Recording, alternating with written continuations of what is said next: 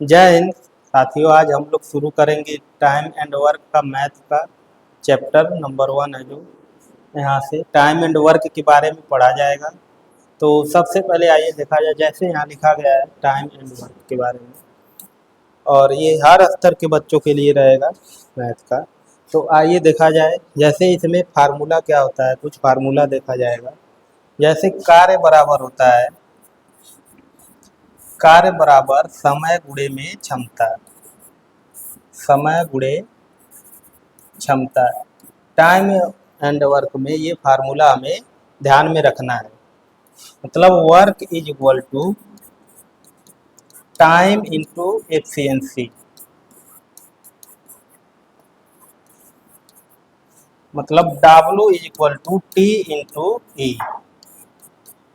और एक बात और ध्यान में रखना है हमें, अगर कहीं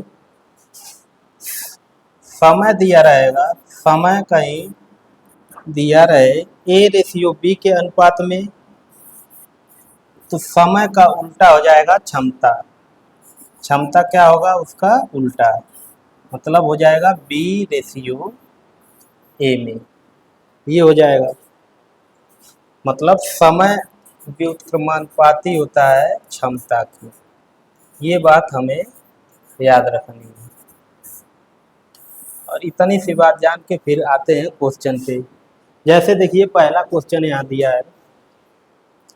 पहला क्वेश्चन ये क्या कह रहा है, जैसे किसी काम को पूरा करने के लिए x को 8 घंटे लगते हैं, उसी काम को पूरा करने के लिए y को 12 घंटे लगते हैं, और उसी काम को पूरा करने के लिए x और y को साथ मिलकर लेकिन स्वतंत्र रूप से कितना समय लगेगा। लगाओ जी। तो देखा जाए x को लग रहा है समय 8 घंटे और y को लग रहा है समय 12 घंटे। तो इन दोनों का लेंगे एलसीएम। इन दोनों का एलसीएम कितना आएगा, 8 और 12 का एलसीएम होगा 24। क्या करते हैं, 8 और 12 का हम निकालते हैं एलसीएम। एलसीएम निकालेंगे तो यहाँ होगा 24, और 24 एलसीएम निकालने के बाद हम क्या करेंगे, इसमें इससे भाग दिया जाएगा। 8 तिरिक 24 और 12 दूनी 24, और ये जो आता है ये हो जाता है क्षमता, इसी को कहेंगे क्षमता। और ये क्या होता है, हमारा कुल कार्य होता है, इसे कहेंगे कुल कार्य, टोटल वर्क। कुल कार्य ये होगा टोटल वर्क। और हमसे पूछा है, जब भी पूछेगा कि पूरा कार्य कितने में हुआ, तो कुल कार्य में जितनी क्षमता रहे भाग दे देंगे। 3 और 2 कितनी है, 5। 5 की क्षमता से ये दोनों मिलके कार्य करेंगे, तो कार्य कितने दिन में होगा, 5 चौक 20 और बचेगा 4 और यहाँ 5, मतलब 4 सही 4/5 दिन। ऑप्शन नंबर बी हो जाएगा सही। आते हैं अगले सवाल पे। अगला सवाल लिखा गया जैसे ए तथा बी किसी कार्य को क्रमशः 20 दिन तथा 30 दिन में पूरा कर सकते हैं। ए पूरे समय कार्य करता है जबकि बी आधे समय कार्य करता है। पूरा कार्य कितने दिनों में समाप्त किया जाएगा।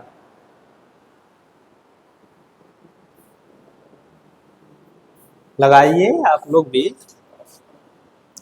देखिए ए 20 दिन में और बी 30 दिन में। निकाल लेंगे, इनका लेंगे पहले हम एलसीएम। एलसीएम कितना आएगा, 60। 60 एलसीएम आएगा, और 60 एलसीएम आने के बाद इनकी निकाल लेंगे क्षमता। 20 तिहाई 60 और 30 दूनी 60। कहा क्या है कि ए अपनी पूरी क्षमता से काम कर रहा है, मतलब ए 3 की क्षमता से काम कर रहा है। लेकिन बी के बारे में कहा जा रहा है बी की क्षमता 2 है, तो बी अपनी आधी क्षमता से काम कर रहा है, मतलब 1/2। तो बी किस क्षमता से काम कर रहा है, अब आधी, मतलब 2 का आधा 1 होगा।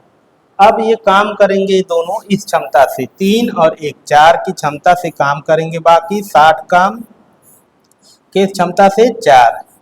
तो कितना समय लगेगा? 15। तो 15 दिन आ जाएगा। ऑप्शन नंबर बी हो जाएगा। अगला सवाल बढ़ा जाए, देखिए अगला सवाल क्या दिया है।